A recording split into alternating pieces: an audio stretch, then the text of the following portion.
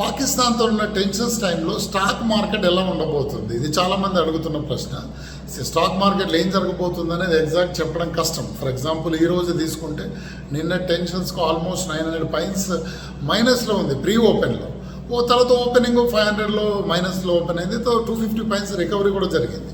So Monday ఎలా ఉండబోతుంది అనేది వీకెండ్ జరిగే పరిణామాల మీద డిపెండ్ అయి ఉంటుంది. అండ్ పాకిస్తాన్ ఆర్మీ ఎన్ని రోజులు ఈ ఫైట్ని చేయగలుగుతుంది అనేది కూడా డిపెండ్ అయి ఉంది. వాళ్ళ ఆర్థిక పరిస్థితి ప్రకారం ఎక్కువ రోజులు చేయకపోవచ్చు, కానీ ఆర్మీ అంతా ఈ ముళ్ళగళ్ళ చేతుల్లో, ఈ మదర్సా చాపగళ్ళ చేతుల్లో ఉంది కాబట్టి వాళ్ళు కొన్ని పిచ్చి పనులు చేస్తూనే ఉంటారు. సో అది ఏం జరుగుతుంది అనేది కాలమే చెప్పాలా. కాకపోతే ఒక్క రిఫరెన్స్ చెప్పగలను.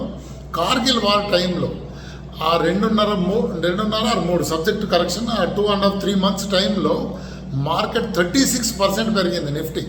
సో ఇప్పుడు కూడా అలాగే జరుగుతుందా, ఇప్పుడు వేరే జరుగుతుందా అనేది మనం చెప్పలేము. కాకపోతే లాంగ్ టర్మ్ ఇన్వెస్టర్స్ వరి కావాల్సిన అవసరం లేదు. మార్కెట్ స్టేబుల్గానే ఉంది. చిన్న చిన్న టెన్షన్స్కు చిన్న చిన్న రియాక్షన్స్ ఉంటాయి, అది పెద్ద ప్రాబ్లం ఏం కాదు. కాకపోతే మేజర్ ఏదైనా జరిగినప్పుడు కొంచెం ఎక్కువ కాలం వెయిట్ చేయాల్సి ఉండొచ్చేమో. ఈ వార్ వల్ల ఇండియన్ ఎకానమీ కంప్లీట్గా అంటే ఒక మేజర్ డ్యామేజ్ అయ్యే అవకాశం అయితే కనబడట్లేదు.